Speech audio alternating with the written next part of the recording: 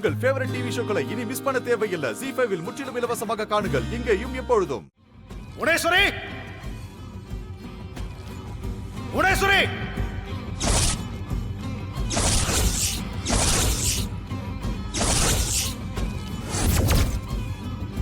என்ன ரகுராம், ஏன் இப்படி கத்திக்கிட்டு இருக்க? வா, உட்காந்து பேசலாம். நான் உள்ள உட்கார்ந்து பேச வரல.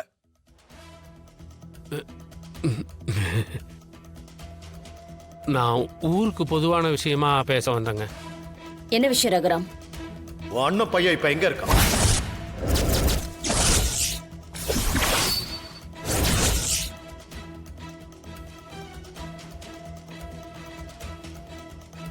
என்ன பேசிக்கிட்டு இருக்க நீ? கார்த்திக் என்னாச்சுன்னு உனக்கு தெரியாதா? உன் மருமகன் தான் அவனை கொலை பண்ணான். போதும் போதும், அவனை நீ எங்கேயோ உயிரோட மறைச்சு வச்சிருக்க. அவன் செத்துட்டான்னு என்கிட்ட நாடகம் ஆடுறியா? என் குடும்பத்தை அவமானப்படுத்த பாக்குறியா? என்ன நீ இப்படி எல்லாம் வந்து கேக்குற? நானே எங்க வீட்டு பையனை இழந்துட்டு நிக்கிறோம். நீ பழைய பகையெல்லாம் மறந்துட்டேன்னு நான் நினைச்சேன். ஆனா உனக்குள்ள பழி வாங்குற எண்ணம் இன்னும் போகலன்னு இப்பதான் எனக்கு தோணுது. ஜானகியை நீ என்கிட்ட இருந்து பிரிக்கிறதுக்காக இதையெல்லாம் செஞ்சிருந்தா நான் பாத்துக்கிட்டு சும்மா இருப்பேன்னு நினைக்காத. ரகுராம், நிஜமாவே எங்க கார்த்திக் இறந்துட்டான். அது ஊருக்கே தெரியும். அப்படிதான் நானும் நம்பினேன். ஆனா கொஞ்ச நாளா நீ செய்யற விஷயங்களை எல்லாம் பார்க்கும்போது எனக்கே உன் மேல சந்தேகமா தான் இருக்கு. அப்படி ஜானகியை நீ என்கிட்ட இருந்து பிரிச்சிடலான்னு நினைச்சா அது உன்னோட முட்டாள்தனம். நீ என்ன செஞ்சாலும் என் மனைவியை என்கிட்ட இருந்து நீ பிரிக்க முடியாது. நீ தப்பு பண்ணிருந்தா அத ரொம்ப நாள் உன்னால மறைக்கவும் முடியாது. உண்மை என்னைக்கா இருந்தாலும் வெளியே வரும். போத நிறுத்து. கொஞ்சம் அங்க பாரு.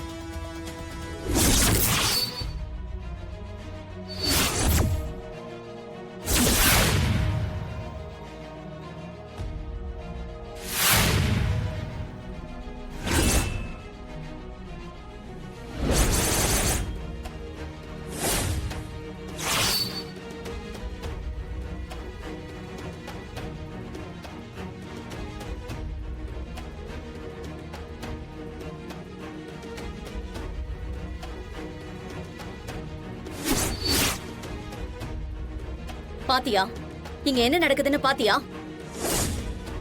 இறந்து போனவருக்கு காரியம் பண்ணிட்டு இருக்கோம். நான் என் உயிரோட இருக்கிற பையனுக்கு 30வது நாள் காரியம் பண்ண போற சொல்லு. நானே அவன் இல்லாத வேதனையில இருக்கேன். நீ வந்து என்ன நாடகம் ஆடுறேன்னு சொல்ற? இது உனக்கு நியாயமா படுதா? நியாயமா பார்த்தா உன் குடும்பம் தான் எங்களை பழி வாங்கியிருக்காங்க. என் வீட்டு பையன் இறந்ததுக்கு காரணமே உன் குடும்பத்துல இருக்கிற ஆளுங்க தான். கார்த்திக் உன் பொண்ணு கூட சம்பந்தம் வச்சதை தவிர வேற என்ன தப்பு பண்ணனாங்க? ஒரு தப்பும் பண்ணாத அப்பாவி கார்த்திக் அவனை போய் உன் மாப்பிள்ள கொலை பண்ணிருக்கான். அதுக்கு உன் பொண்டாட்டியும் அந்த கொலைப்பழியை ஏத்துக்கிட்டு ஜெயிலுக்கு போயிருக்கான். இத்தனையும் பண்ணது உன் குடும்பம். ஆனா நீ இங்க வந்து நான் நாடகம் ஆடுறேன்னு சொல்ற. இங்க பாரு, கார்த்திக் உயிரோட இருக்கானா இல்ல செத்துட்டானான்னு எனக்கு தெரியாது.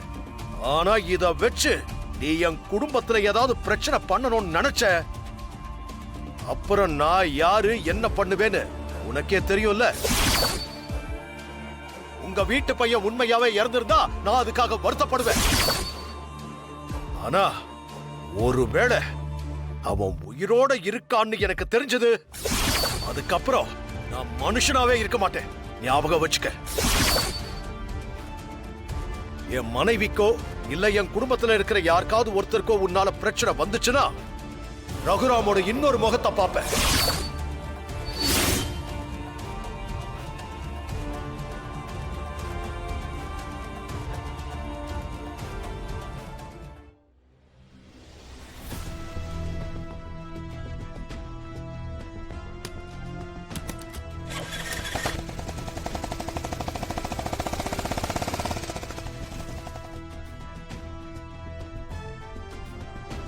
ரொம்ப நன்றி.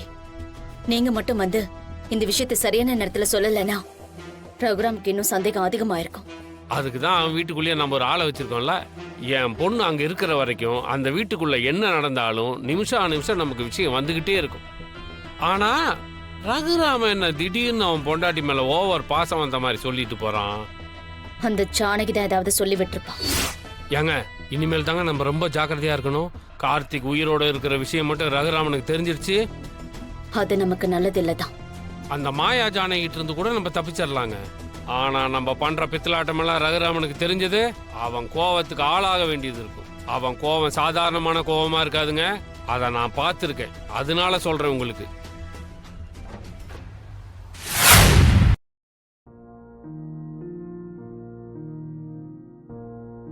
பெரியம்மா, நீங்க அவசரப்பட்டுட்டீங்களோன்னு தோணுது. எந்த விஷயத்துல? பெரியப்பா கிட்ட நீங்க உண்மைய சொல்லிருக்க வேண்டாம். அது எப்படி மாயா இதுக்கு மேலயும் சொல்லாம இருக்க முடியும்? நான் அதை இப்போ சொன்னதுனால எதுவும் பிரச்சனை ஆகலையே. அவரும் உன் பக்கம் இருக்கிற நியாயத்தை புரிஞ்சுக்கிட்டாரு.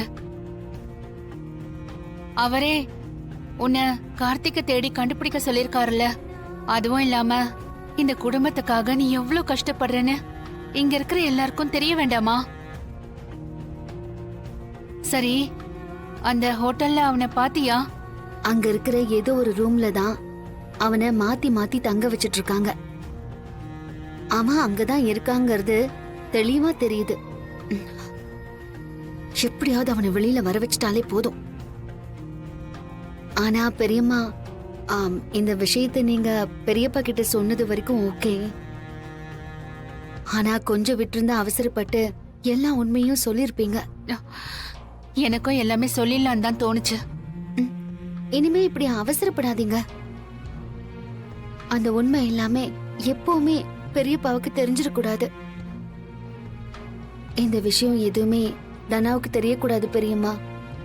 இப்போ தனாவோட கவனம் எல்லாமே அவ போட்டியில ஜெயிக்கிறதுல தான் இருக்கணும். அவ வின் பண்ணி பெரியப்பா கிட்ட கதிரை பத்தி சொல்லி அவன் கூட வாழ்றேன்னு கேட்கணும். பெரியப்பாவும் அதுக்கு சம்மதிப்பாருன்னு நான் நம்புறேன். நம்ம தனா லைஃப் நல்லா இருக்கணும் பெரியம்மா.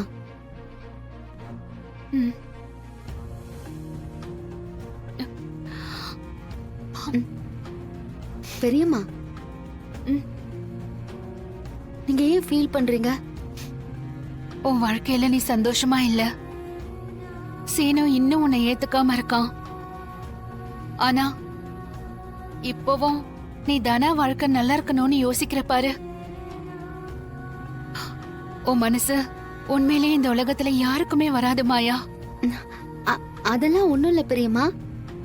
தனா என் தங்கச்சி தானே. நான் பாத்துக்காம வேற யாரு பாத்துக்க போறா? எங்களுக்குள்ள பிரச்சனை இருந்தாலும் நானும் சேனுவும் சந்தோஷமா தான் இருக்கும். உள்ள கஷ்டத்தை வச்சுக்கிட்டு நீ மறைக்கிறன்னு நல்லா தெரியுது. ஜீ5 ஆப்பை டவுன்லோட் செய்து அனைத்து எபிசோடுகளையும் இலவசமாக பாருங்க.